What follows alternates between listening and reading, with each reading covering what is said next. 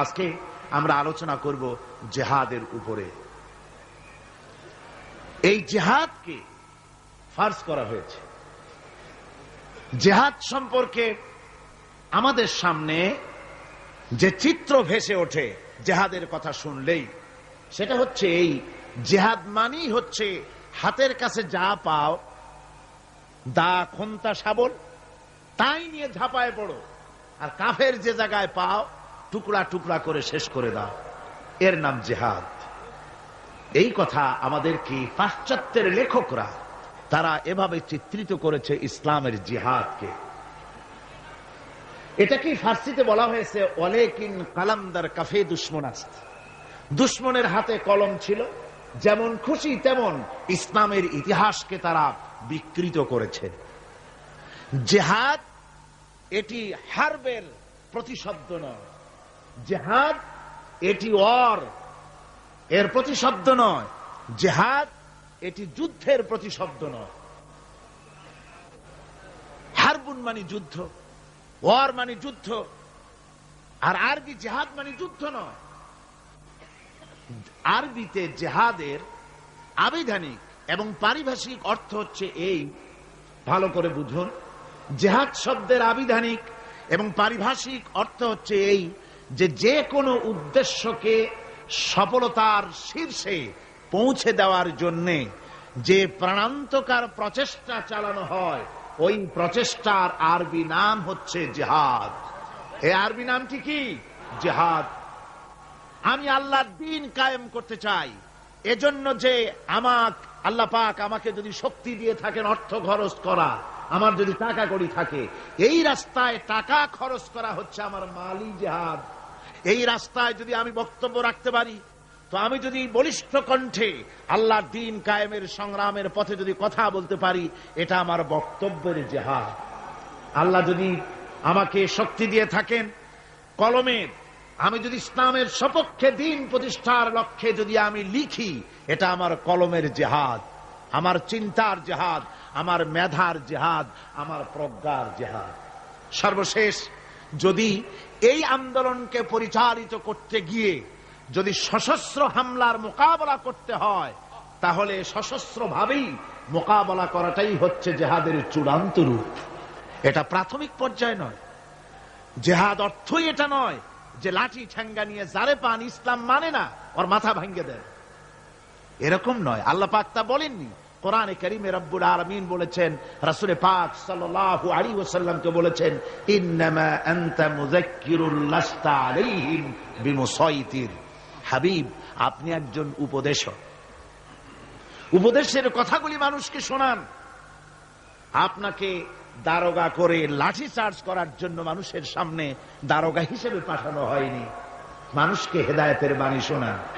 আল্লাহ এই ব্যবস্থা করেননি কোরআনে কারীমে যে আমার কালেমা যারা মানবে না, কোরআন মানবে না, ফেরেশতা দিয়া পিটাও, নবী পাঠায় দিয়া নবীদের দিয়া পিটাও। না, পিটাপিটি মারামারি মূল বক্তব্য নয়। মূল বক্তব্য হচ্ছে আল্লাহর প্রতি ঈমান, রাসূলের প্রতি ঈমান, কিতাবের প্রতি ঈমান, ফেরেশতার প্রতি ঈমান, পরকালের প্রতি ঈমান। এই ঈমানকে প্রতিষ্ঠিত করতে হবে পৃথিবীর বুকে, সেজন্য সংগ্রাম করতে হবে। সেই সংগ্রাম যত প্রকারেরই হোক, সবগুলি জিহাদের অন্তর্ভুক্ত। সবগুলি কি? জিহাদের অন্তর্ভুক্ত। কিন্তু আজকে পৃথিবীর ইহুদি আর খ্রিস্টানেরা যে যুদ্ধ করছে বিভিন্ন জায়গায়, ওই যুদ্ধ হচ্ছে রাষ্ট্র দখলের জন্য, দেশ দখলের জন্য। মুসলমানেরা স্বার্থ সিদ্ধির জন্য, দেশ দখলের জন্য জিহাদ করে না। জিহাদ সম্পর্কে যে ধারণার, কুধারণা এবং মিথ্যা ধারণার সৃষ্টি করা হয়েছে, তার কারণেই যে ওরা জানে না মুসলমান কি। ওরা ইসলামকে মনে করে শুধুমাত্র একটি ধর্ম, আর মুসলমানদেরকে মনে করে একটা জাতি। আমাদেরকে প্রথমে কথা বিশ্বাস করতে হবে, মুসলমান কোন গতানুগতিক ভাবে কোন জাতির নাম নয়, আর ইসলাম গতানুগতিক ভাবে কোন ধর্মের নাম নয়। ইসলাম তাহলে কি? ইসলামটা যেমন হিন্দু ধর্ম, খ্রিস্টান ধর্ম, ইসলাম কি তেমন একটি ধর্ম? না। ইসলাম হচ্ছে as a complete code of life. ইসলাম হচ্ছে মুকাম্মাল নিজামে হায়াত, একটি পরিপূর্ণ জীবন ব্যবস্থার নাম হচ্ছে ইসলাম। আর মুসলমান গতানুগতিক ভাবে কোন জাতির নাম নয়, যেমন হিন্দু, খ্রিস্টান, বৌদ্ধ, ইহুদি, নাসারা, মজুসি যেমন জাতির নাম, মুসলমান তেমন গতানুগতিক ভাবে কোন জাতির নাম নয়। হিন্দু জাতি কাকে বলে? তো বলা হবে 12 মাসে যারা 13 পূজা করে ওরাই হচ্ছে হিন্দু জাতি। খ্রিস্টান কাদের বলে? যারা রবিবার দিন গির্জায় যায় তাদেরকে বলা হয় খ্রিস্টান জাতি। তো ইহুদি কারে বলে? যারা প্রতি শনিবার ইয়াউমুস সাbt যারা গিয়ে তাদের সিনাগোতে গিয়ে হাজির হয় তাদেরকে ইহুদি বলা হয়। এখন আপনি মুসলমানের ব্যাখ্যা কিভাবে করতে পারবেন যে মুসলমান কাকে বলে? জবাব হবে যারা শুক্রবার দিন মসজিদ যায়, নামাজ পড়ে, রোজা রাখে ওরাই মুসলমান। জবাব ঠিক হলো না? জবাব ঠিক হলো না। ইসলাম হচ্ছে একটি বিপ্লবী মতবাদ, একটি পূর্ণাঙ্গ জীবন ব্যবস্থা। আর এই জীবন ব্যবস্থাকে যারা দুনিয়ার বুকে প্রতিষ্ঠিত করতে চায় সেই রেভলিউশনারি পার্টির নাম হচ্ছে ইসলাম, মুসলমান। সেই দলের নাম কি? মুসলমান। এই মুসলমানেরা পৃথিবীর বুকে তারা যুদ্ধ করে না স্বার্থ হাসিলের জন্য, দেশ দখল করার জন্য তারা যুদ্ধ করে না। তাদের স্ট্রাগল, তাদের সংগ্রাম হচ্ছে আল্লাহর বিধান জমিনের উপরে প্রতিষ্ঠা করা। এই জন্য রাসূল পাক বলেছেন জিহাদ হচ্ছে সর্বোত্তম ইবাদত। সর্বোত্তম ইবাদত কি? রাসূল করিম সাল্লাল্লাহু আলাইহি ওয়াসাল্লাম বলেছেন, আন আবি যার রাদিয়াল্লাহু তাআলা আনহু قال قلت يا رسول الله اي العمل افضل قال ايمان بالله। আমি জিজ্ঞেস করলাম রাসূলকে, হযরতে আবু যার রাদিয়াল্লাহু তাআলা আনহু বলছেন আমি রাসূলকে জিজ্ঞেস করলাম, হে আল্লাহর রাসূল সবচেয়ে উৎকৃষ্ট আমল কোনটি? হুজুর বললেন আল্লাহর প্রতি ঈমান, আর তারপরে হচ্ছে ওয়াল জিহাদু ফি সাবিলিল্লাহ, রাওয়াহু মুত্তাফাকুন আলাইহি। হুজুর সাল্লাল্লাহু আলাইহি ওয়াসাল্লাম বলছেন আল্লাহর প্রতি ঈমানের পরে আল্লাহর রাস্তায় জিহাদ করা হচ্ছে সর্বোত্তম ইবাদত। এই জিহাদের উদ্দেশ্য হবে মানব সমাজে আল্লাহর আইন প্রতিষ্ঠিত করা। যেহেতু আল্লাহর আইন প্রতিষ্ঠিত না হওয়া পর্যন্ত সমাজের মধ্যে অন্যায়, অসত্য চলতে থাকে, মানুষের উপর জুলম চলতে থাকে।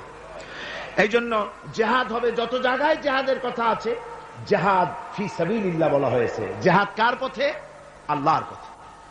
আল্লাহ রাব্বুল আলামিন কোরআনে কারীমের মধ্যে বলেছেন আল্লাযীনা আমানু ইউকাতিলুনা ফি সাবিলিল্লাহ, যারা নাকি ঈমানদার, যারা মুমিন, তারা সংগ্রাম করে, তারা লড়াই করে আমি আল্লাহর পথে, আমার দিন প্রতিষ্ঠার জন্যই তারা লড়াই করে। এরা হলো মুমিনের এটাই পরিচয়, আমার বিধানকে প্রতিষ্ঠা করার জন্য তারা সংগ্রাম করে। ওয়াল্লাযীনা কাফারু ইউকাতিলুনা ফি সাবিলিত তাগুত, আর যারা নাকি কাফের, যারা মহাসত্যকে অস্বীকার করেছে, কেবলমাত্র ওরাই তাগুতের মতবাদকে প্রতিষ্ঠিত করার জন্য তারা সংগ্রাম চালায়। তাহলে মুমিন সংগ্রাম করে কার পথে? আল্লাহর পথে। আর কাফের সংগ্রাম করে কার পথে? তাগুতের পথে। তাগুত কাকে বলা হয়? তাগুত বলা হয় সেই শক্তিকে যে শক্তি শুধু নিজেই আল্লাহর আইন অমান্য করে বসে থাকে না, বরং অন্যদেরকেও আল্লাহর আইন অমান্য করতে বাধ্য করে। তাকে আরবিতে কি বলা হয়? তাগুত বলা হয়। এই জন্য নদীর মধ্যে পানি যখন প্রবাহিত হয়, নদীর দুইটা কুল আছে। কয়টা কুল? এই দুই কুলের সীমারেখা ঠিক রেখে পানি যদি প্রবাহিত হয় তখন বলা হয় যে পানি নদীর আইন কানুন মেনে চলছে। কিন্তু যখন দুকুল ছেপে পানি প্লাবিত হয়ে জনপদকে ডুবিয়ে দেয় তখন আরবিতে বলা হয় তগাল বাহার, অর্থাৎ সমুদ্রের মধ্যে, দরিয়ার ভিতরে সীমা লঙ্ঘনকারী শক্তির সৃষ্টি হয়েছে। দেখুন হযরত মূসা আলাইহিস সালামকে আল্লাহ রাব্বুল আলামিন তাকে বলছেন ইযহাব ইলা ফিরআউনা ইন্নাহু তাগা, ফিরআউন সরকাশ হয়েছে, সীমা লঙ্ঘন করেছে, ওর বিরুদ্ধে, ওর কাছে তুমি চলে যাও, ওকে তুমি দ্বীনের দাওয়াত ওর সামনে গিয়ে পেশ করো। তো এভাবে করে দ্বীনের দাওয়াত দেওয়ার জন্য তাগুতরা চিরকাল বাধা দিয়েছে, আর মুমিন ব্যক্তিরা আল্লাহর দ্বীনকে প্রতিষ্ঠার জন্য সংগ্রাম করেছে। তাই জিহাদ এজন্য নয় যে খোদাদ্রোহীকে উৎখাত করে সেখানে নিজেরা গদি দখল করে বসে নিজেদের মন গড়া আইন ও কানুন চালাবো, এজন্য কিন্তু এই যুদ্ধ নয়, এই জেহাদ নয়। এই জেহাদকে এই জন্যই সর্বোত্তম ইবাদত করা হয়েছে, যেহেতু এই জেহাদ করে মানুষের উপর থেকে মানুষের প্রভুত্ব খতম করার জন্যই এই জেহাদ হবে। ইসলামের সর্বশ্রেষ্ঠ বিপ্লবী আহ্বান, এই কোরআনের মধ্যে যে বিপ্লবী আহ্বান জানানো হয়েছে, সে বিপ্লবী আহ্বান মুসলমানদের জন্য শুধু নয়, গোটা বিশ্ববাসীর জন্য। জেহাদটা কি জন্য শুনুন।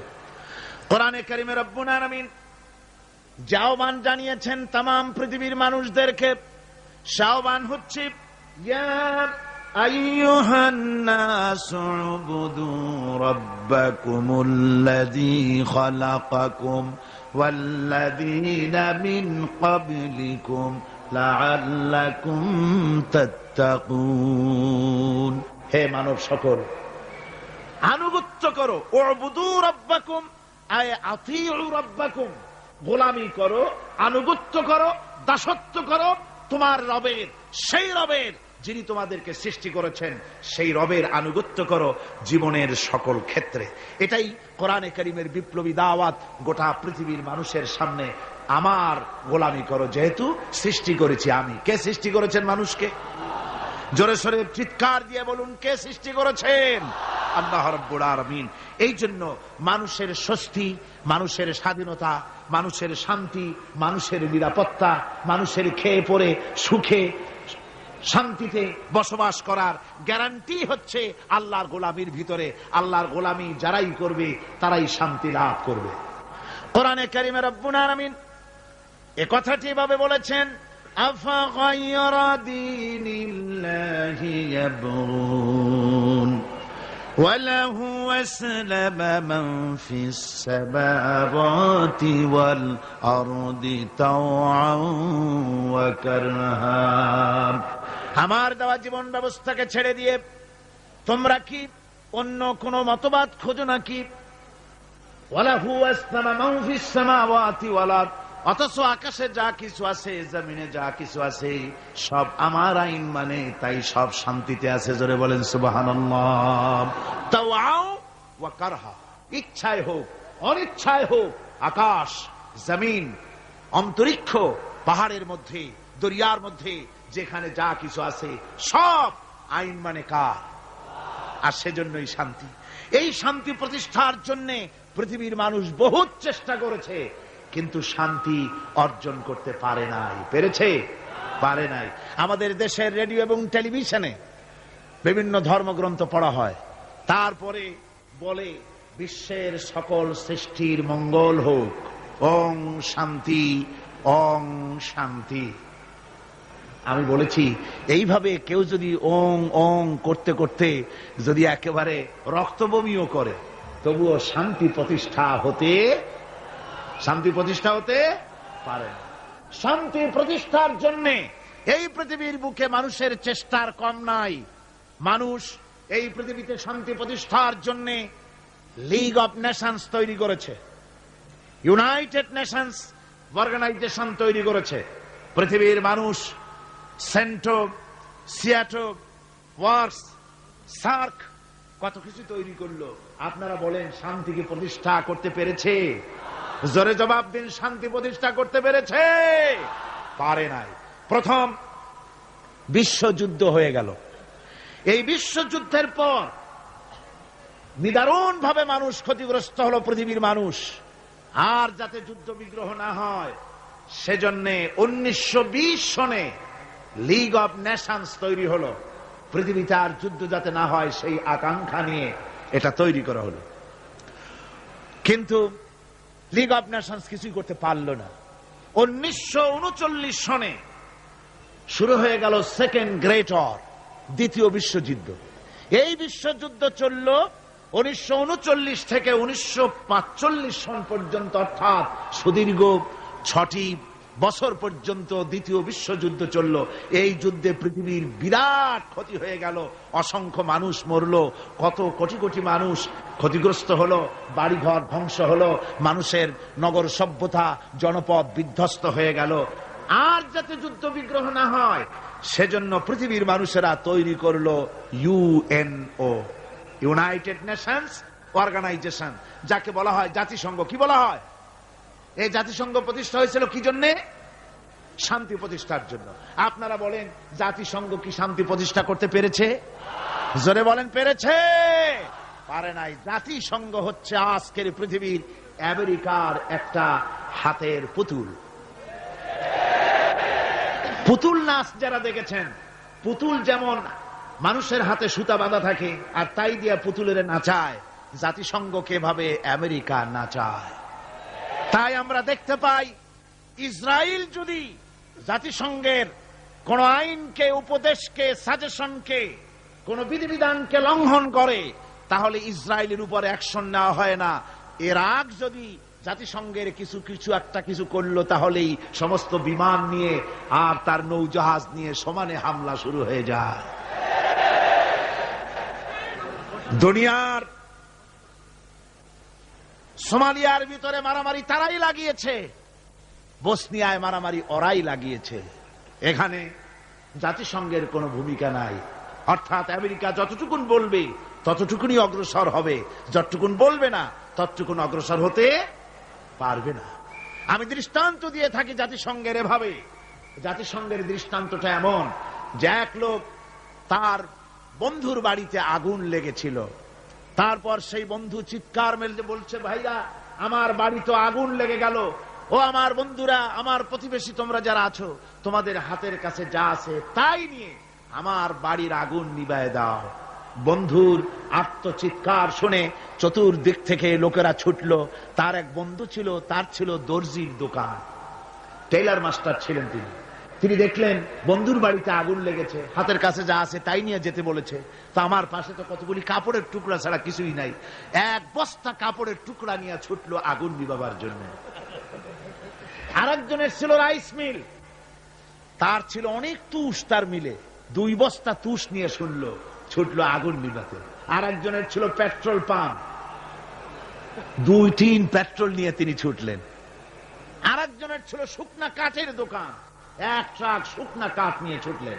আপনারা বলেন বন্ধুরা, এই সব আগুন নিভাবার উপকরণ যা নিয়ে এসছে, এগুলি যদি বন্ধুর বাড়ির আগুনের মধ্যে ঢালে, যাও 2-1খানা খুঁটি তার বাঁচত, তাও কি বাঁচবে? সব শেষ। আজকে জাতিসংঘের অবস্থা তাই হয়েছে।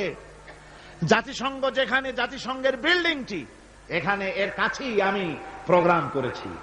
আমাকে যখন জাতিসংঘের হলগুলি ঘুরিয়ে ঘুরিয়ে দেখানো হচ্ছিল, আমি প্রশ্ন করেছিলাম ডেমনস্ট্রেটর যে ছিল, তাকে জিজ্ঞেস করেছি এই জায়গাটা কি ছিল, ইতিহাসটা আমাকে শোনা। ওরা বলল এই জায়গাটা ছিল কসাইখানা। এইখানে নিউ ইয়র্ক শহরে শুকর, গরু ইত্যাদি জবাহ করা হতো, আর এখান থেকে গোশত, মাংস ডিস্ট্রিবিউট করা হতো। শহরের লোকেরা, খুচরা খরিদ্দার এখান থেকে কিনে নিয়ে যেত। পরবর্তী সময় এটা লোকেরা খরিদ করে নিয়ে এর উপরে জাতিসংঘের এই বিশাল অফিস তৈরি করেছে। এত বড় অফিস, এরকম করে তাকাতে গেলে মাথার টুপি পড়ে যাবে, এত উঁচা অফিস। সেখানে হাজারো, অনেকগুলি, অন্তত 22টা ভাষায় বক্তৃতা ইন্টারপ্রেটার হয়। এক অফিসের কথা আর এক অফিস থেকে তারা শুনতে পারে, দেখতে পারে, একের ভাষা আর একে বুঝতে পারে। কিন্তু বসনিয়ার মানুষের ক্রন্দন ধ্বনির ভাষা তারা বুঝতে পারে না। তারা সব কিছু করতে পারে, বুঝতে পারে, কিন্তু সোমালিয়ার মানুষের হাড্ডিসার এই মানুষগুলির দৃশ্য তাদের চোখে পড়ে না। আমেরিকা শেষ সময় সোমালিয়ার মানুষকে কিছু সাহায্য পাঠিয়েছে। আমরা বলেছি সোমালিয়ার মানুষকে সাহায্য পাঠাইয়া বসনিয়ার পাপ গোপন করতে পারবে না, এ শাস্তি তোমাকে ভোগ করতেই হবে। সুতরাং জাতিসংঘের অফিস নির্মিত হলো, বিশাল ইমারত তৈরি হলো। তারা ডাক দিল, দুনিয়ায় আগুন লেগেছে, অশান্তি নিভাবার জন্য যার কাছে যা আছে তাই নিয়ে ছুটে আসো। আর আশা বলল আমার কাছে আছে সমাজতন্ত্র। সে সমাজতন্ত্র ঢেলে দিল ওর মধ্যে। ভারত বলল আমার কাছে আছে সেকুলারিজম, এনে ঢেলে দিল ওর মধ্যে। আমেরিকা বলল আমার কাছে আছে ক্যাপিটালিজম, দিল পুঁজিবাদ ওর মধ্যে ঢাইলা। পৃথিবীর এই জ্বলন্ত অশান্তির আগুনের মধ্যে প্রত্যেকেই তাদের ম্যানমেড, নিজস্ব মস্তিষ্ক প্রসূত মতবাদগুলি ঢেলে দিয়ে পৃথিবীর অশান্তির আগুনকে শত সহস্র গুণে বর্ধিত করে গোটা দুনিয়াকে জ্বালিয়ে পুড়িয়ে শেষ করে দেয়। আজকে যদি মুসলমানদের শান্তি পেতে হয় তাহলে খ্রিস্টান আর ইহুদিদের জাতিসংঘের মুখে লাথি মেরে মুসলমানদের জাতিসংঘ করতে হবে। বিশ্ব শান্তি প্রতিষ্ঠার জন্য আল্লাহ রাব্বুল আলামিন স্থায়ী পরিকল্পনা দান করেছেন। রব্বুল আলামিন বলেছেন, তাআলাউ ইলা কালিমাতিন সাওয়াইন বাইনানা ওয়া বাইনাকুম আল্লা না'বুদা ইল্লাল্লাহ। আল্লাহ পাক বলছেন, ও আমার হাবিব আপনি বলুন, ও আহলে কিতাবের লোকেরা, ও খ্রিস্টান জগৎ, ও পৃথিবীর মানুষেরা, তাআলাউ ইলা কালিমাতিন সাওয়াইন বাইনানা ওয়া বাইনাকুম, এমন একটা কথার দিকে তোমরা ঐক্যবদ্ধ হও যেটা তোমাদের জন্য আর আমাদের জন্য সমভাবে প্রযোজ্য। তা হচ্ছে আল্লাহ না'বুদা ইল্লাল্লাহ, আল্লাহ ছাড়া কারো গোলামি করব না। আমেরিকার গোলামি নয়, রাশিয়ার গোলামি নয়, ফ্রান্স এবং ব্রিটেনের গোলামি নয়, ভারতের গোলামি নয়, গোলামি হবে আল্লাহ সুবহানাহু ওয়া তাআলা। এরই মধ্যে শান্তি নিহিত। শান্তি কোথায় নিহিত? আল্লাহর গোলামির মধ্যেই, এরই মধ্যেই শান্তি নিহিত। ওয়ালা নুশরিকা বিহি শাইআ, আর আল্লাহর শক্তির সাথে কোন জিনিসকে আমরা অংশী স্থাপন করব না, আর পরস্পরকে আমরা প্রভু বলে মেনে নেব না আল্লাহ ছাড়া। এটাই হলো শান্তির পরিকল্পনা। তিনটা আল্লাহ তিনটা পরিকল্পনা দিলেন। কয়টা দিলেন? একই পরিকল্পনার তিনটে দিক। এক, আল্লাহর গোলামি, আল্লাহ ছাড়া কারো গোলামি করা যাবে না, আল্লাহর সাথে কাউকে অংশী স্থাপন করা যাবে না। ওয়ালা ইয়াত্তাখিযা বা'দুনা বা'দান আরবাবাম মিন দুনিল্লাহ, আর আল্লাহ ছাড়া কাউকে প্রভু বলে মানা যাবে না। আল্লাহ ছাড়া কাউকে সুপার পাওয়ার বলে আমরা মানি না। সুপার পাওয়ার আকাশে জমিনে একজনই আছেন, তার নাম কি? জোরে বলেন, তার নাম কি? ওই আল্লাহ রাব্বুল আলামিন বলেছেন, ইনিল হুকমু ইল্লা লিল্লাহ, হুকুম আইন একমাত্র আল্লাহরই চলতে পারে, মানুষের উপরে আর কারণ। আলা লাহুল খালকু ওয়াল আমর, সৃষ্টি যার, আইন চলবে সেই আল্লাহ রাব্বুল আলামিনের।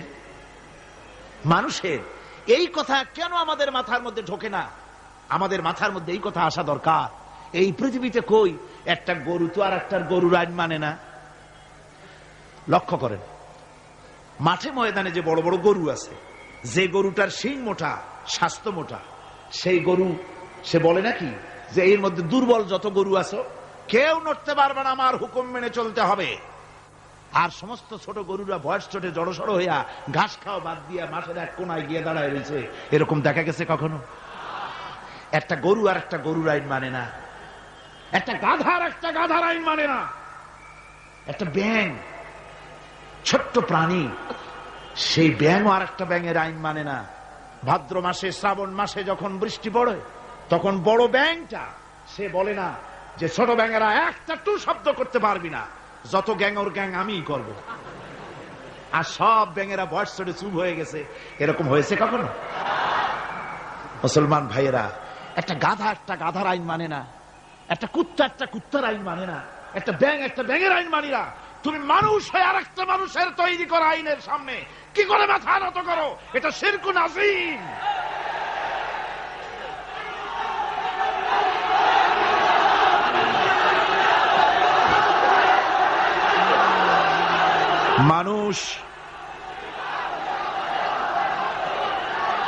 মানুষ কেবলমাত্র আল্লাহ রাব্বুল আলামিনের, আল্লাহ সুবহানাহু ওয়া তাআলার আইনকেই মানতে হবে, আর কারো আইন মানা যাবে না। এমন কি যেসব নেতারা আল্লাহর আইনকে মানতে বাধ্য করে না, সেসব নেতাদের নেতৃত্ব মানা।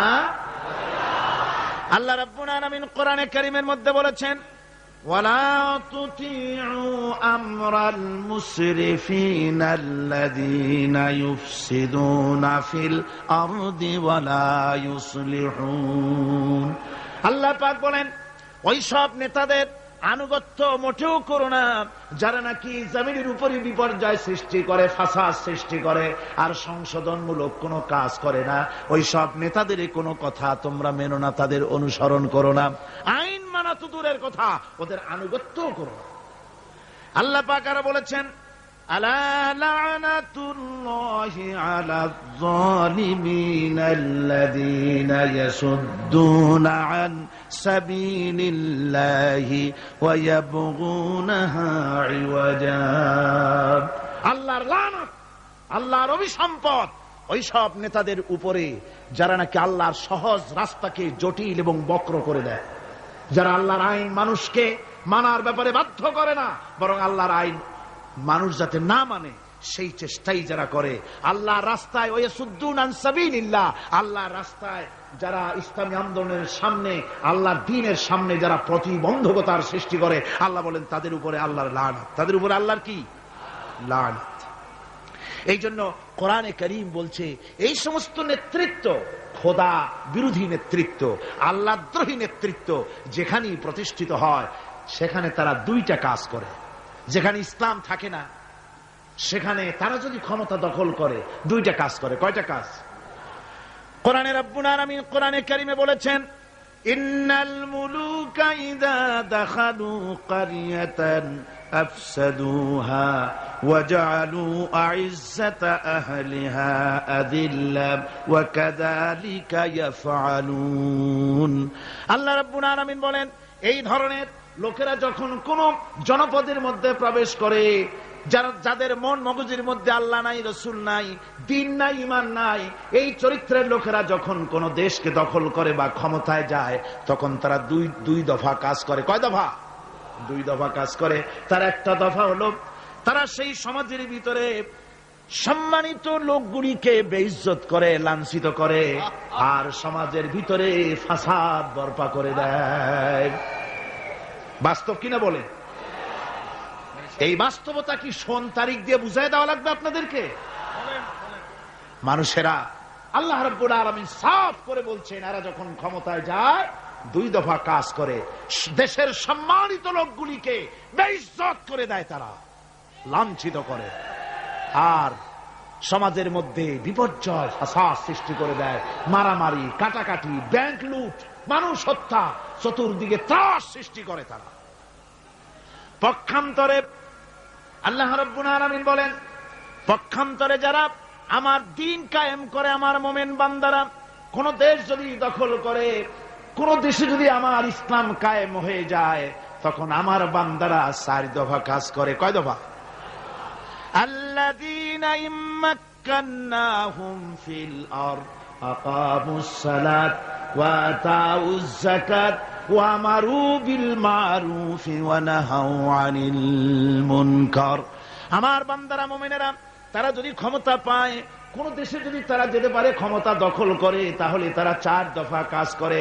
প্রথম দফা হচ্ছে তারা ক্ষমতা নিয়েই নামাজ প্রতিষ্ঠা করে। কি প্রতিষ্ঠা করে? প্রথম কাজই হলো তারা নামাজ প্রতিষ্ঠা করে।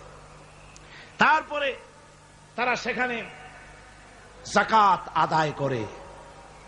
প্রথমে নামাজ প্রতিষ্ঠা করে, 2 নম্বরে যাকাত আদায় করে, 3 নম্বরে মানুষকে সৎ কাজের আদেশ দেয়, 4 নম্বরে অসৎ কাজ থেকে মানুষকে বিরত রাখে। এই 4টি কাজ করে মুমিনেরা ক্ষমতায় গেলে। আর যাদের চিন্তায় চেতনায় কোরআন নাই, আল্লাহ নাই, রসুল নাই, ঈমান নাই, ওরা যদি ক্ষমতায় যায় 2 দফা কাজ করে। সম্মানওয়ালা লোকগুলোকে বেইজ্জত করে দেয়, জেল ভরে সব সম্মানিত লোক দিয়ে, বাড়িঘর লুটপাট করে সব সম্মানিত লোকদের, তাদেরকে জ্বালাবতন করে দেয়, আর সেখানে বিপর্যয় মারামারি সৃষ্টি করে দেয়। এই জন্যে দুনিয়ায় যত পয়গম্বর এসেছেন, সমস্ত নবীরা তারা মানুষের কাছে দাওয়াত পেশ করেছেন। আল্লাহ রাব্বুল আলামিন বলেন, নবীরা দাওয়াত দিয়েছেন, ইয়া কাওমি ইবুদুল্লাহা মা লাকুম মিন ইলাহিন গায়রু।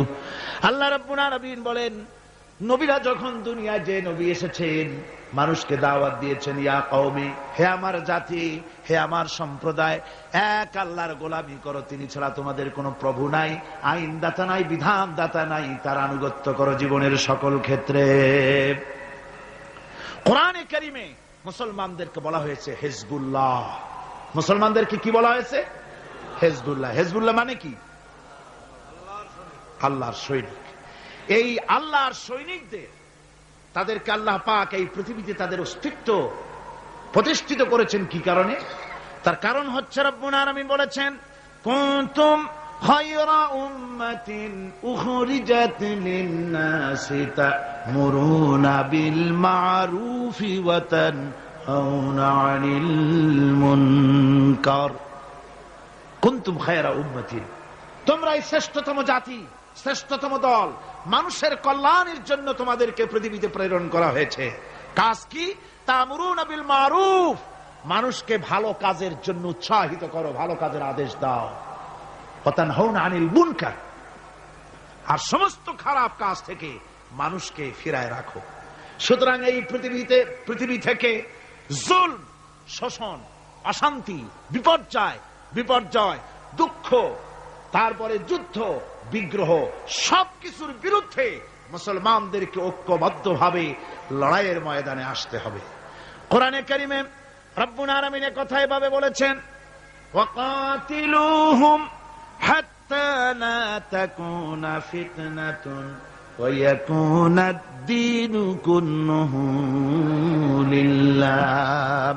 আল্লাহ রাব্বুল আলামিন বলেন, সংগ্রাম করো, লড়াই করো ততক্ষণ পর্যন্ত যতক্ষণ না আমার দিন প্রতিষ্ঠিত হয়ে যায়, আর মানুষের তৈরি করা মতবাদের শেষ শিকড়টুকুনো যতক্ষণ মূলোৎপাটিত না হয়, ততক্ষণ পর্যন্ত আমার দিন প্রতিষ্ঠার জন্য লড়াই করো।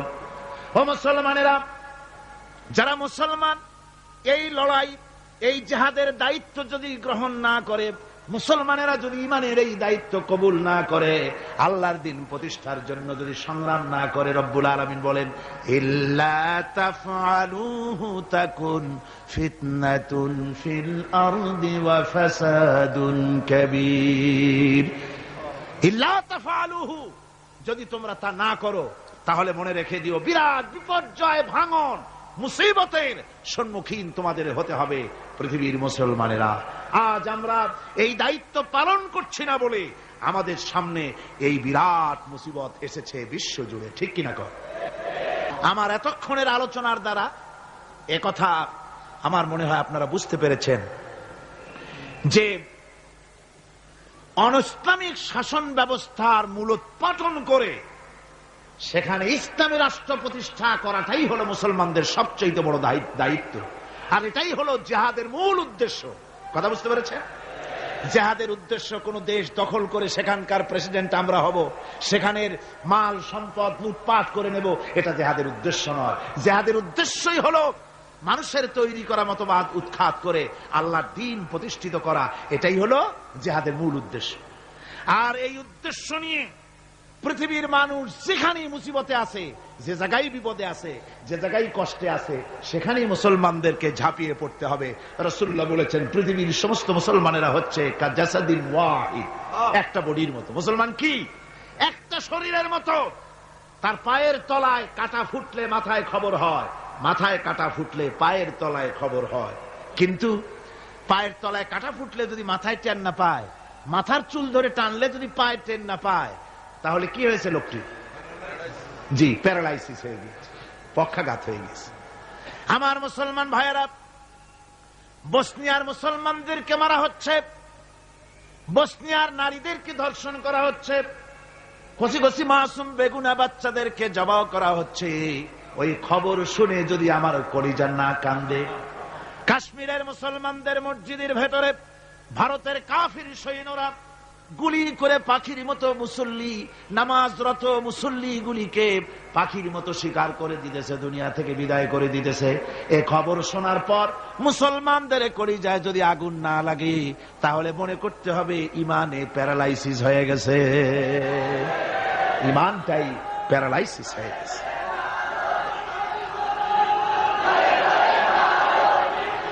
আমার আল্লাহ রাব্বুল আলামিন কোরআনে কারীমের মধ্যে পরিষ্কার বলেছেন, ওয়ামা লাকুম লা তুকাতিলুনা ফি সাবিলিল্লাহ والمستضعفين من الرجال والنساء والبلدان الذين يقولون ربنا أخرجنا من هذه القرية الظالم أهلها وما لكم কি হয়েছে তোমাদের লা তুকাতিলুনা ফি সাবিলিল্লাহ আমার রাস্তায় কেন সংগ্রাম করো না, কেন লড়াই করো না? ওয়াল মুস্তাদাফিন মিনার রিজাল, যেখানে নিপীড়িত, নিগৃহীত, আবাল বৃদ্ধ বনিতা, পুরুষ নারী, কচি কচি শিশু নির্যাতনে অতিষ্ঠ হয়ে আমার দরবারে ফরিয়াদ করে বলছে, আয় আল্লাহ, এই জালিমের জনপদ থেকে আমাদেরকে মুক্ত করো। এভাবে যখন কান্দে, ও মুসলমানেরা, তোমাদের কি হলো?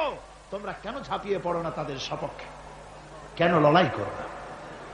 ভাইরা আমার, সারা বিশ্ব জুড়ে মুসলমানদের উপরে নির্যাতন চলছে।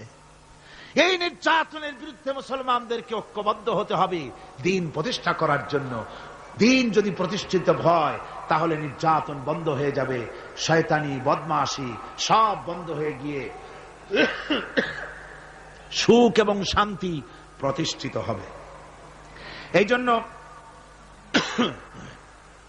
ইসলামে জিহাদের স্তর সম্পর্কে বলা হয়েছে। রাসূল পাক সাল্লাল্লাহু আলাইহি ওয়াসাল্লাম বলেছেন, ফামান জাহাদাহুম বিয়াদিহি ফাহুয়া মুমিন ওয়ামান জাহাদাহুম বিলিসানিহি ফাহুয়া মুমিন ওয়ামান জাহাদাহুম বিকলবিহি ফাহুয়া মুমিন ওয়া লাইসা ওয়ারা যালিকা মিনাল ঈমানি হাববাতু খারদালি। মুসলিম শরীফের হাদিস। আল্লাহর নবী বলতেছেন, যে ব্যক্তি অন্যায়ের বিরুদ্ধে হাত দিয়ে লড়াই করবে সে ব্যক্তি মুমিন, যে মুখ দিয়ে কথা বলবে এটার বিরুদ্ধে সেও মুমিন, যে ব্যক্তি মনে মনে এটাকে ঘৃণা করবে সেও মুমিন।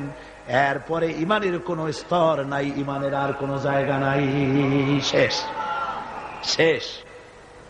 তাহলে ফার্স্ট ক্লাস মুমিন কে? যে ব্যক্তি হাত দিয়ে বাধা দেয়। ফার্স্ট ক্লাস মুমিন কে? যে ব্যক্তি অন্যায়ের বিরুদ্ধে তার দুহাত উত্তোলন করে অন্যায়কে চুরমার করে দেওয়ার জন্য এগিয়ে আসে, সেই হলো ফার্স্ট ক্লাস মুমিন। এটা যদি না পারে তাহলে মনে মনে খারাপ জাত, তাহলে মুখ দিয়ে বলতে হবে। এটা হলো সেকেন্ড ক্লাস। মুখ দিয়ে বলা কি? Second class.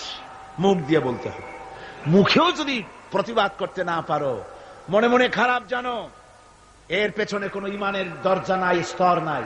তবে মনে মনে খারাপ জানা, আর খারাপ জানার অর্থ কি? মনে মনে খারাপ জেনে এই পরিস্থিতির কেমন করে পরিবর্তন আসতে পারে সেই চিন্তা ভাবনা দরদ যদি কলিজায় না থাকে তো ইমানের খাতায় নামটাও থাকবে না। মুমিনদেরকে আল্লাহ দ্বীন প্রতিষ্ঠার জন্য জিহাদে অংশগ্রহণ করতে হবে। তাদেরকে এই জিহাদ হচ্ছে আল্লাহ পাকের পক্ষ থেকে বিরাট নিয়ামত মুসলমানদের জন্য। আমার ভাইয়েরা, ঈমান হচ্ছে জিহাদের সাথে অঙ্গাঅঙ্গি ভাবে জড়িত। আল্লাহর পথে জিহাদের বিরাট মর্যাদা। সে মর্যাদার কথা আমি সূরা আস-সাফ আলোচনা করতে গিয়ে তার প্রথম দিনেই, প্রথম রুকুতেই আপনাদের সামনে পেশ করেছি। আল্লাহ রাব্বুল আলামিন বলেন, ইন্নাল্লাহা ইউহিব্বুল্লাযীনা ইউকাতিলুনা ফি সাবিলিহি সাফফান কাআন্নাহুম বুনিয়ানুম মারসুস। আল্লাহ রাব্বুল আলামিন বলেন, আল্লাহর কাছে সর্বাধিক প্রিয় ব্যক্তি তারা, সবচাইতে প্রিয় ব্যক্তি ওই সব লোকেরা যারা নাকি আল্লাহর দ্বীন প্রতিষ্ঠার জন্য যারা লড়াই করে সারিবদ্ধ হয়ে, ইস্পাত দৃঢ় হয়ে, সীসা ঢালা প্রাচীরের মতো কাতারবন্দী হয়ে আল্লাহর জন্য, আল্লাহর দ্বীনের জন্য যারা লড়াই করে তারাই হলো আল্লাহর কাছে সবচাইতে বেশি প্রিয় ব্যক্তি। সবচাইতে প্রিয় মানুষ তারা যারা দ্বীন প্রতিষ্ঠার জন্য লড়ে। আমরা মনে করেছি যে আমরা যে নামাজ পড়ি, রোজা রাখি, হজ করি, যাকাত দেই, মিলাদ শরীফ পড়ি, এতেই আল্লাহ খুশি, এই করেই আমরা কিয়ামতের দিন বেহেশতে চলে যাব। না ভাই, এত সহজে যদি বেহেশতে যাওয়া যেত তাহলে সাহাবায়ে কেরাম এত কষ্ট করতেন না, আম্বিয়া আলাইহিমুস সালাম এত কষ্ট করতেন না। সূরা তাওবার মধ্যে এই কথাটি আল্লাহ পাক কি সুন্দর করে বলেছেন। আল্লাহ বলেছেন, আজআলতুম সিকায়াতাল হাজ্জ ওয়া ইমারাতাল মাসজিদিল হারাম কামান আমানা বিল্লাহি ওয়াল ইয়াউমিল আখির ওয়াজাহাদা ফি সাবিলিল্লাহ লা ইস্তাউনা ইনদাল্লাহ ওয়াল্লাহু লা ইয়াহদিল কওমাল যালিমিন। আল্লাহ পাক বলছেন যে তোমরা কি হাজীদেরকে পানি পান করায়া, ওই মক্কার লোকদের তাদের একটা গৌরব ছিল যে আমরা তো হাজীদের পানি পান করাই, মসজিদে হারামের সেবা শুশ্রূষা করি, আমরা মসজিদ ধুই, পরিষ্কার রাখি, এতগুলি যে সব কাজ করি, মুসলমানদের চাইতে আমাদের মর্যাদা আল্লাহর কাছে কোনো অংশ কম নয়। আল্লাহ বলেন না, হাজীদের পানি পান করায়া আর মসজিদে হারামের খেদমত করে তোমরা তাদের সমান হতে পারবে না যারা আমার উপর ঈমান এনেছে, আমার রাসূলের উপর ঈমান এনেছে, পরকালকে বিশ্বাস করেছে এবং আমার উপর ঈমানের ভিত্তিতে তারা আমার দ্বীনকে প্রতিষ্ঠার জন্য যারা লড়াই করেছে, ওদের সমান তোমরা কোনোদিন হতে পারবে না, কখনো পারবে না। এই দ্বীন প্রতিষ্ঠা করার জন্য সাহাবায়ে কেরাম জীবন দিলেন। সেই বেহেশতে আমরা কেমনে যাব কোন তো দেখি? সেই বেহেশতে যাওয়া কি সম্ভব? হ্যাঁ সম্ভব, যদি আমরা ওই পরীক্ষা আমরাও দেই। হযরতে বেলাল রাদিয়াল্লাহু তাআলা আনহু যে পরীক্ষা দিয়েছেন, হযরতে সুমাইয়া যে পরীক্ষা দিয়েছেন, হযরতে খাব্বাব, হযরতে খুবাইব যে পরীক্ষা দিয়েছেন, ওই পরীক্ষা যদি আমরাও দিতে পারি তাহলে হয়তো তাদের কাছাকাছি আল্লাহ আমাদেরকেও থাকার তৌফিক দিবেন জান্নাতের ভেতরে। আপনারা জানেন বেলালের কি অপরাধ ছিল? বেলালের কি অপরাধ ছিল? অপরাধ শুধু কলেমা পড়েছে। এই অপরাধে বেলালকে তারা মেরেছে, তাকে ঘুমাতে দেয় নাই, খাবার দেয় নাই। এরপরেও যখন তিনি কালেমা ছাড়েন নাই, হযরতে বেলালকে উটের পায়ের সঙ্গে রশি দিয়া বেঁধে উটকে তাড়ায় দিয়েছে। উট দৌড়াতেছে, বেলাল দড়ির মাথায় বাঁধা। বেলালের শরীরটা পাথরের সঙ্গে আঘাত লেগে লেগে পিঠের চামড়া ছিঁড়ে যায়, মাথার চামড়া ছিঁড়ে যায়। উট আর দৌড়াতে পারে না। তখন উটের পা থেকে হযরতে বেলালকে খসিয়ে নিয়ে উত্তপ্ত মরুভূমির উপরে বেলালের রক্তাক্ত শরীরটাকে চিৎ করে শুইয়ে দিয়ে কাফের বেঈমানেরা লোহার রড দিয়ে চতুর্দিকে দাঁড়িয়ে তাকে পিটাচ্ছে আর বলছে, বেলাল এখনো মুহাম্মদের সাল্লাল্লাহু আলাইহি সাল্লামের আল্লাহরে ভুলে যা, লাত মানাতের উপরে ঈমান আন। এমন কঠিন সময়ের ভিতরে হযরতে বেলাল একটা আঙ্গুল উঁচু করে বলছেন, আহাদ আহাদ আহাদ লা ইলাহা ইল্লাল্লাহ লা ইলাহা ইল্লাল্লাহ লা ইলাহা ইল্লাল্লাহ। একটু জোরে পড়েন, লা ইলাহা ইল্লাল্লাহ লা ইলাহা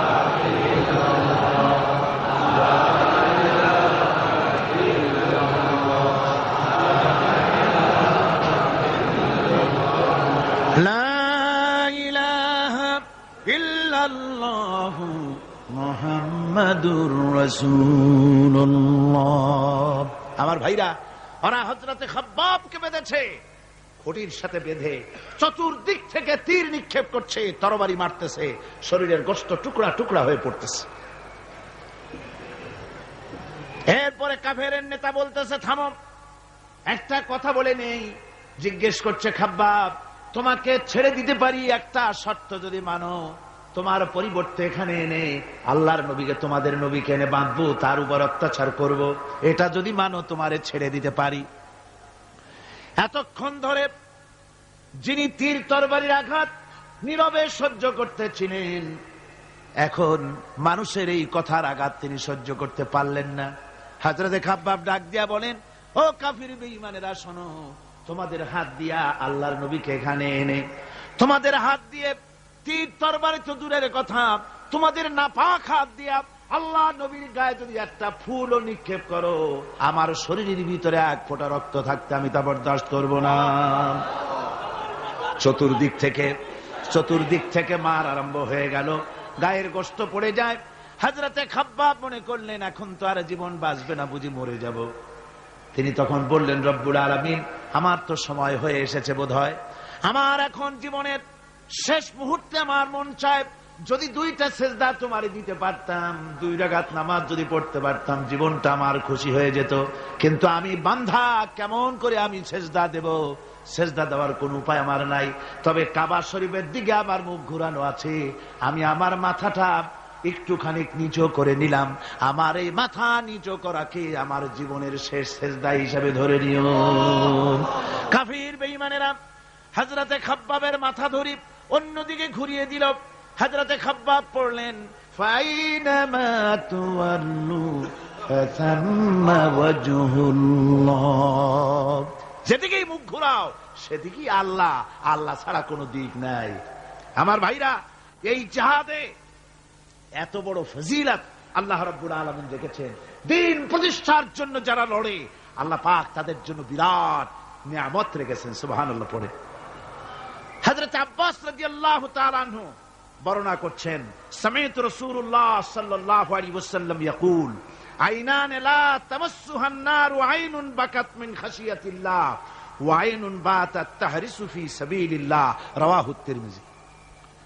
হযরত ইবনে আব্বাস রাদিয়াল্লাহু তাআলা তিনি বলছেন, আমি রাসূলুল্লাহকে বলতে শুনেছি, আল্লাহর নবী বলেছেন, দুইটি চোখকে জাহান্নামের আগুন দুইটা চোখকে স্পর্শ করবে না। একটা চোখ হচ্ছে গভীর রাত্রে যারা আল্লাহর ভয়তে জাহান্নামের ভয়তে যারা কান্দে, জাহান্নামের আগুন ওই চক্ষুকে স্পর্শ করবে না। আর যারা দ্বীন প্রতিষ্ঠার জন্য, আল্লাহর দ্বীন কায়েমের জন্য ময়দানে যারা লড়াই করে, রাতের বেলায় পাহারা দেয়, ওই পাহারারত চোখের মধ্যে জাহান্নামের আগুন ওই চোখে স্পর্শ করবে না। আমার ভাইরা, হযরত উসমান রাদিয়াল্লাহু তাআলা আনহু বলছেন, মান রাবাতা লাইলাতান ফি সাবিলিল্লাহ কানাত কাআলফি লাইলাতিন সিয়ামুহা ওয়া কিয়ামুহা, হাজার রাত ধরে রোজা রাখলে, হাজার রাত ধরে ইবাদত করলে, আর হাজার দিন ধরে রোজা রাখলে যে সওয়াব হবে, একটা ঘন্টা একটা রাত যদি কেউ পাহারা দেয় আল্লাহর দ্বীনকে প্রতিষ্ঠার জন্য, আল্লাহর দ্বীনের কোন ইসলামী রাষ্ট্রের প্রহরায় যদি কেউ যদি থাকে, একটা রাতে পাহারা দিয়ে যে সওয়াব হবে, হাজার হাজার বছর ধরে নামাজ রোজা করে ওই সওয়াব পাওয়া যাবে না। সুবহানাল্লাহ। অর্থাৎ হাজার বছর ধরে নামাজ রোজা করার মতোই সওয়াব পাহারা দেওয়া আল্লাহর দ্বীনের ইসলামের রাষ্ট্রকে। বন্ধুগণ, রাসূল পাক সাল্লাল্লাহু আলাইহি ওয়াসাল্লাম তিনি বলেছেন, কিয়ামতের দিন জাহান্নামের আগুন আর জিহাদের ময়দানের ধুলি, এ দুটি একসঙ্গে কোন মানুষের পেটের মধ্যে প্রবেশ করবে না। রাসূল পাক সাল্লাল্লাহু আলাইহি ওয়াসাল্লামের একটি হাদিস যা মিশকাত শরীফের মধ্যে বর্ণিত আছে। মিশকাত শরীফের সম্ভবত 336 পৃষ্ঠায় এই হাদিসটি বর্ণনা করা হয়েছে যে হযরত ইবনে আইস রাদিয়াল্লাহু তাআলা আনহু হচ্ছেন এই হাদিসের রাবী। তিনি বলছেন, একবার হুজুর সাল্লাল্লাহু আলাইহি ওয়াসাল্লাম এক ব্যক্তির জানাজায় গিয়ে উপস্থিত হলেন। হযরত ওমর রাদিয়াল্লাহু তাআলা আনহু তখন হুজুরকে বললেন, হে রাসূল, আপনি এই লোকটার জানাজা পড়বেন? এই লোক তো ইসলামের এই ক্ষতি করেছে, সেই ক্ষতি করেছে, অমুক করেছে, এই লোকটার আপনি জানাজা পড়বেন? হুজুর তখন উপস্থিত লোকদের জিজ্ঞেস করলেন, হাজিরিন, তোমরা কি কেউ এই লোকটাকে কোন ইসলামের ভালো কাজ করতে দেখেছো? একজন লোক দাঁড়িয়ে গেলেন, তিনি বললেন, হে আল্লাহর নবী, আমি সাক্ষী, আমি দেখেছি। একটা মুজাহিদ বাহিনী জিহাদ করে ফিরতে ছিল, তো এক জায়গায় তারা ডেরা গাড়লো, শিবির স্থাপন করলো রাত কাটাবে বলে। আমি দেখেছি এই লোকটি সারা রাত সেই মুজাহিদদেরকে, সাহাবীদেরকে সারা রাত জেগে জেগে পাহারা দিয়েছে। আল্লাহর নবী জানাজার ইমামতি করলেন, আর এরপরে তাকে কবরের মধ্যে মাদফুন করে দিয়ে নবীজি তার কবরের পাশে দাঁড়িয়ে বললেন, ইন্না আসহাবাকা ইয়াজুন্নুনা আন্নাকা মিন আহলিন নার ওয়া আনা আশহাদু আন্নাকা মিন আহলিল জান্নাহ। নবীজি বলছেন, ও কবরবাসী, তোমার সাথীরা মনে করে তুমি জাহান্নামী, আর আমি নবী মুহাম্মদ সাল্লাল্লাহু আলাইহি ওয়াসাল্লাম সাক্ষী দিচ্ছি তুমি বেশক আল্লাহর বেহেশতি, তুমি অবশ্যই আল্লাহর জান্নাতে যাবে। এরপর হযরত ওমরের দিকে ফিরে রাসূলুল্লাহ বললেন, ওমর, মানুষের শুধু বাহ্য দৃশ্যটাই দেখো না, তার অন্তরের জজবাটাকেও কদর করো। সুবহানাল্লাহ বিহামদিহি। এই জিহাদের ময়দানে যারা কাজ করে, জান দেয়, মাল দেয়, আল্লাহ পাক তাদের উপরে রহম করে। এই জিহাদ হচ্ছে এক অগ্নি পরীক্ষা। এই জিহাদটা কি? অগ্নি পরীক্ষা। এমনি এমনি বেহেশতে যাওয়া যাবে না ভাই। আল্লাহ রাব্বুল আলামিন কোরআনে কারীমের মধ্যে বলেছেন, أحسب الناس أن يتركوا أن يقولوا آمنا وهم لا يفتنون। লোকেরা কি ভেবেছে নাকি যে ঈমান এনেছি এই কথাটা বললেই আমি বেহেশত দিয়ে দিব, মুমিন বলে সার্টিফাই করব? না, যখনই তারা বলবে আমি মুমিন, আমি তখন তাকে অবশ্যই পরীক্ষা করব, এই পরীক্ষায় তাকে পাশ করতে হবে। কোরআনে কারীমে আল্লাহ রাব্বুল আলামিন অনেক জায়গায় এই কথাগুলি বলেছেন। এমনি এমনি ছেড়ে দেওয়া হবে না। আমি অতীতের লোকদেরকেও পরীক্ষা করেছি, তোমাদেরকেও পরীক্ষা করব। পরীক্ষা না দিয়ে কেউ তোমরা বেহেশতে যেতে পারবে না। এই জমিনে তোমাদের আগুনের পরীক্ষা দিতে হবে। পয়গম্বরেরা কষ্ট করেছেন, সাহাবায়ে কিরাম কষ্ট করেছেন। আল্লাহ রাব্বুল আলামিন তিনি বলছেন, আম হাসিবতুম আন তাদখুলুল জান্নাতা ওয়া লাম্মা ইয়াতিকুম মাসালুল লাযীনা খালাউ মিন ক্বাবলিকুম মাসাতহুমুল বাসাউ ওয়াদ-দাররাউ ওয়া যুলজিলু حتى يقول الرسول والذين معه متى نصر الله ألا إن نصر الله قريب। আল্লাহ রাব্বুল আলামিন বলেন, তোমরা কি মনে করেছো যে তোমরা বেহেশতে প্রবেশ করবে, অথচ তোমাদের পূর্বে যারা এই পৃথিবীতে এসেছিল তাদেরকে আমি যেমন পরীক্ষা করেছি ওরকম পরীক্ষা এখনো তোমাদের উপরে আসে নাই, ওরকম বিপদও আসে নাই, মুসিবতও আসে নাই। এমন বিপদ এসেছিল নবীদের উপরে, সাহাবায়ে কিরামদের উপরে, যে বিপদে মানুষ জর্জরিত হয়ে গিয়ে নবী এবং তার সাথী সঙ্গীরা এ কথা তারা মুখ থেকে বেরিয়ে গেছে, মাতা নাসরুল্লাহ, আয় আল্লাহ তোমার মদদ কখন আসবে, তোমার মদদ কখন আসবে? মার খেতে খেতে তো শেষ হয়ে গেলাম।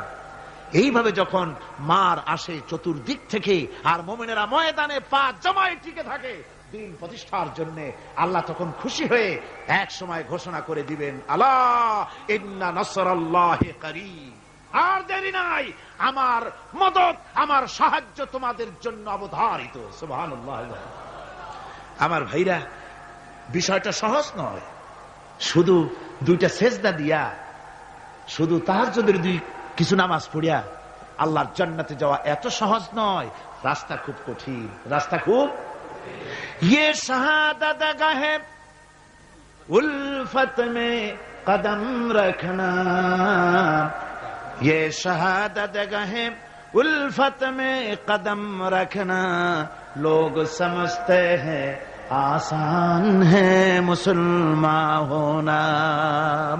এটা হলো শাহাদাতের উত্তপ্ত ময়দানে পা রাখা। লোকেরা মনে করে ইসলাম গ্রহণ করা, মুসলমান হওয়া বুঝি বড় সহজ ব্যাপার। এত সহজ না। আমরা হানফি মাসলাকের লোক, ইমাম আবু হানিফার মাসলাক অনুযায়ী চলি। আমরা মনে করি বেহেশতে এমনিই যাব, কিন্তু আমাদের ইমাম সাহেব কি করছেন ওই ইতিহাস আমাদের জানা নেই। খাজা বাবার মহব্বতে অস্থির। রজব মাস আসলে পরে বড় বড় ডেক্সি চড়ায়, সেই ডেক্সির উপরে লাল শালু বিছায়, তারপরে টাকা পয়সা রোজগার বহুত করে। আসলে তো খাজা না, আসলে হচ্ছে ইয়া খাজা কুস্তু আজা, পেট তো ভর যা। পেট ভরার জন্য পয়সা করে ইনকাম করা। খাজার লা ইলাহা ইল্লাল্লাহ এই চিশতিয়া তরিকার জিকির গ্রহণ করা হয়েছে, কিন্তু চিশতিয়া তরিকা যে আরেকটা আছে, তারাগার পর্বতে পৃথিবীরাজের সঙ্গে লড়াই করা, সেইটার কাছে নেই আমরা, সেটা না। ইমাম আবু হানিফা শুধু মাসলাই বলেন নাই, দ্বীন প্রতিষ্ঠার জন্য রক্ত দিয়েছেন, ঠিক কিনা? 8টি বছর পর্যন্ত কারারুদ্ধ ছিলেন। তাকে জিজ্ঞেস করা হয়েছে, ইমাম সাহেব জেলের মধ্যে তো আছেন, কষ্ট হয়? ইমাম সাহেব বলেছেন, না কষ্ট হয় না, তবে মাঝে মাঝে একটু কষ্ট হয় মনে। 2-4 মাস পর পর আমার বুড়ি মাকে এনে হাজির করা হয় জেলখানার মধ্যে, আর আমার মায়ের সামনে আমাকে পেটানো হয়, যেন মা আমাকে বলে যে এদের সাথে একমত হয়ে যা, সেই জন্য পেটানো হয়। তা আমার মা আমার মায়ের দেখে আর মায়ের চোখ থেকে পানি পড়তে থাকে, তখন আমার মনে বড় কষ্ট লাগে। তবে আলহামদুলিল্লাহ মা আমার এমন, আমার মার দেখেন আর হজম করেন, আর আমাকে বলেন খবরদার এক চুলো সিদ্ধান্ত থেকে নড়বা না। তাকবীর, নারায়ে তাকবীর,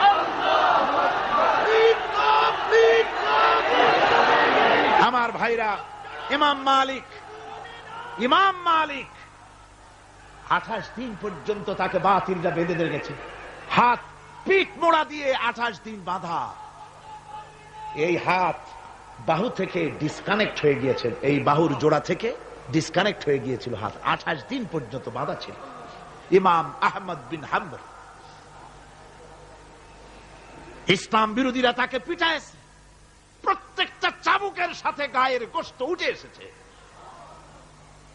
এজন্য কবি বলতেছি, पैरुबी बू हनीफा की सनद जिंदान है, हम्बली होता है पीठ पर दुर्रे खाने की बात। হানাফি হতে চাও, জেল জরিমানার জন্য প্রস্তুতি নাও। শুধু সবরি কলা খাইয়া বেহেশতে যাওয়া যাবে না, এত সহজ না। আঙ্গুর বেদানা, সবরি কলা আর দুধের স্বরের উপর ইসলাম আসে নাই। ইসলাম এসেছে তপ্ত ময়দানের উপরে, জান দিয়ে রক্ত দিয়ে ইসলাম প্রতিষ্ঠা হয়ে গোটা দুনিয়ার নির্যাতিত নিপীড়িত জনতার মুখে হাসি ফুটিয়েছে ইসলাম।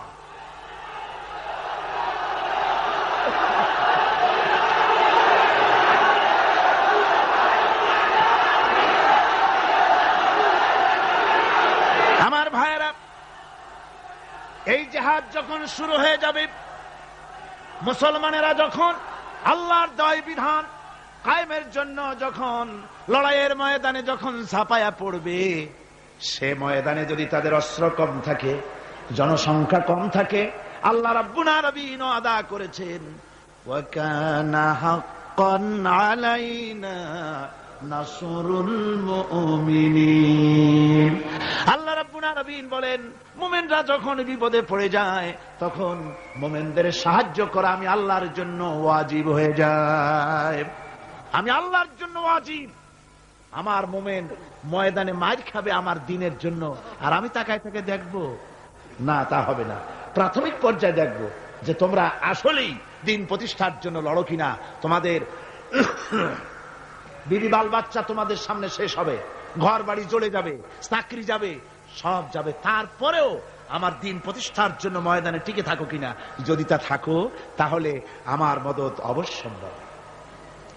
আর কাফিরদের বিরুদ্ধে বিজয়ের জন্য রব্বুল আলামিন বলেছেন, ওয়া কাফাল্লাহুল মুমিনিনাল কিতালা ওয়া কানাল্লাহু কাবিয়্যান আজিজা।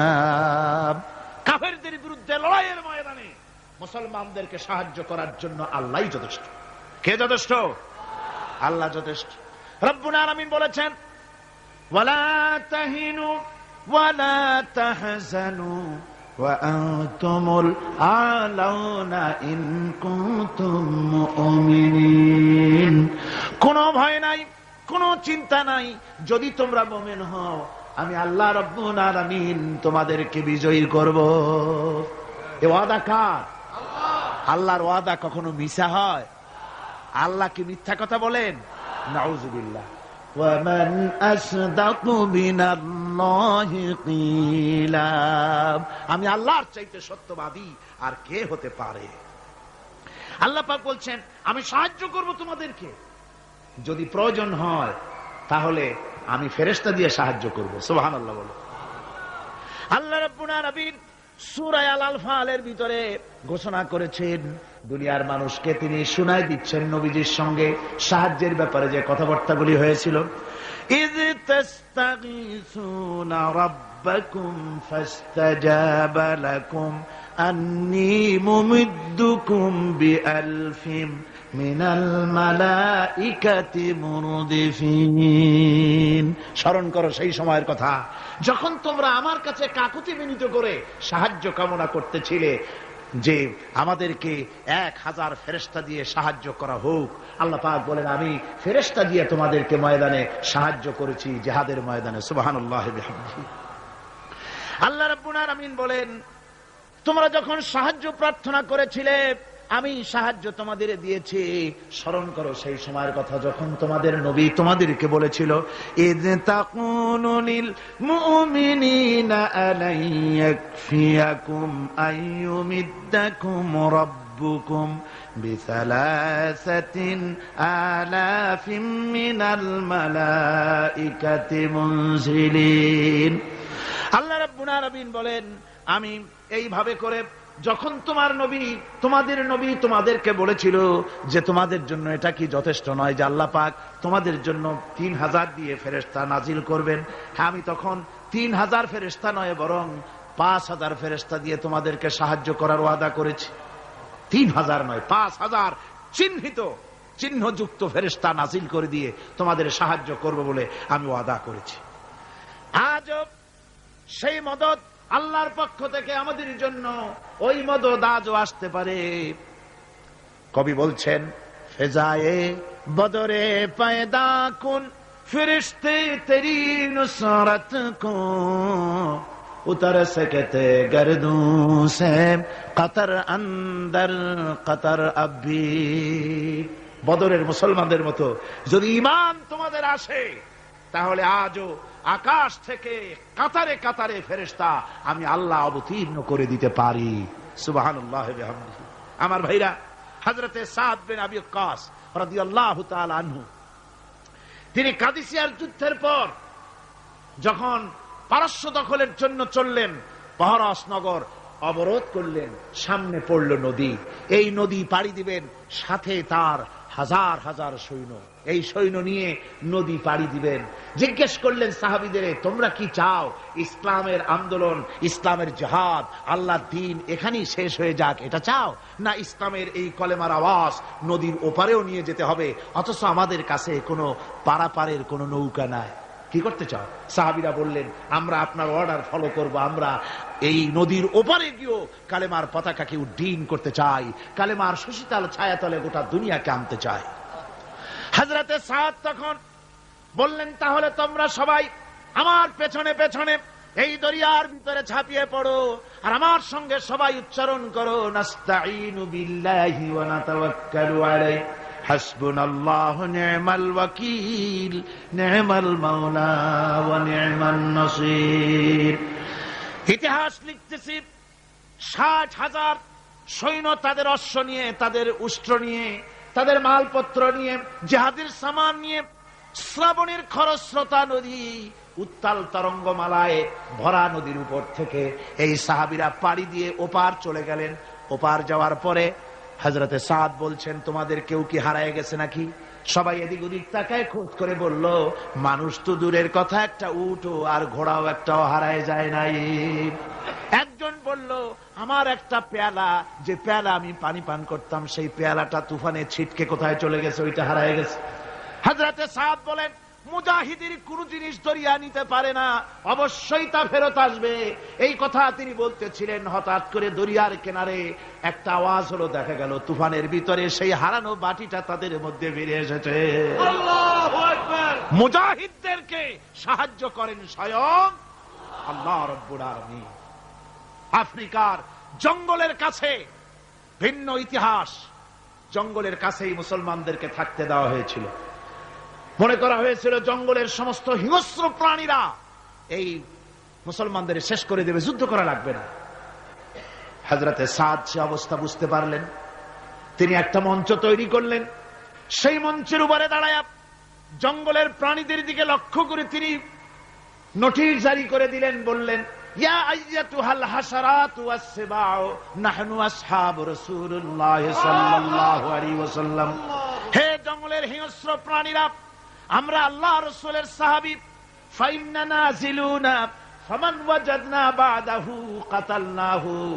আমরা রাসূলের সাহাবী, এইখানে আল্লাহর দ্বীনকে কায়েম করার জন্য আমরা এসেছি, আল্লাহর কলেমার আওয়াজ নিয়ে আমরা এখানে রাত কাটাবো। সুতরাং এই জঙ্গলের ভিতরে হিংস্র প্রাণী যত আছো, সব আমাদের এই জায়গা ছেড়ে অন্যত্র চলে যাও।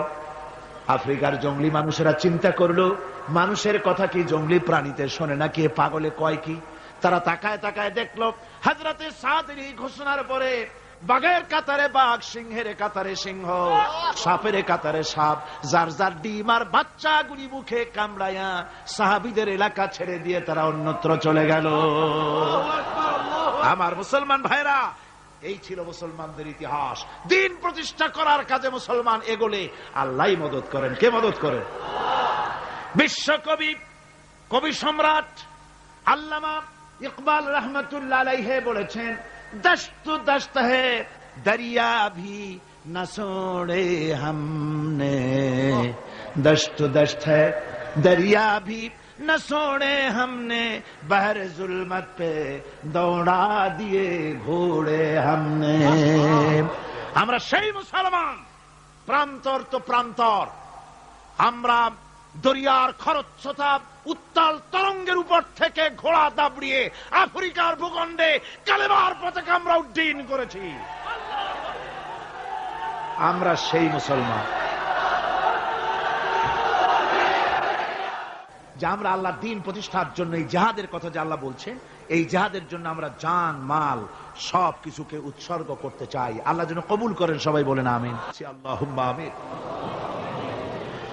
ربنا ظلمنا أنفسنا وإن لم تغفر لنا وترحمنا لنكونن من الخاسرين ربنا ظلمنا أنفسنا وإن لم تغفر لنا وترحمنا لنكونن من الخاسرين رب العالمين আমরা যারা হাত তুলেছি এর মধ্য থেকে মা বাপ যাদের দুনিয়া থেকে জরুবের মতো বিদায় হয়ে গেল, আল্লাহ রব্বুল আলামিন আমাদের আব্বা আর আম্মা দুনিয়া থেকে যাদের জনমের মতো বিদায় হয়ে গেছে, কবরটাকে জান্নাতের টুকরা বানাইয়া দাও রব্বুল আলামিন। আমাদের মা বাপের কবরের মধ্যে বেহেশতের বাগান বানাইয়া দাও। রব্বির হামহুমা কামা রব্বায়ানি সগীরা, রব্বির হামহুমা কামা রব্বায়ানি সগীরা। সবাই পড়েন রব্বির হামহুমা কামা রব্বায়ানি সগীরা। আয় আল্লাহ, জনম দুঃখিনী মা, মায়ের কথা কি ভোলা যায়? একটা অক্ষর মা, আর সারা দুনিয়ার মধু ওই মাকে কেন্দ্র করে জড়াই আছে। আমাদের ওই মা যারা দুনিয়া থেকে বিদায় হয়ে গেছে, আল্লাহ কবরে বেহেশত বানাও। আল্লাহ আমাদের মা বাপ যাদের বেঁচে আছে, আল্লাহ তুমি ইমানের সাথে রাখো, সুস্থতার সাথে রাখো, ভালো রাখো, সম্মানের সাথে রাখো।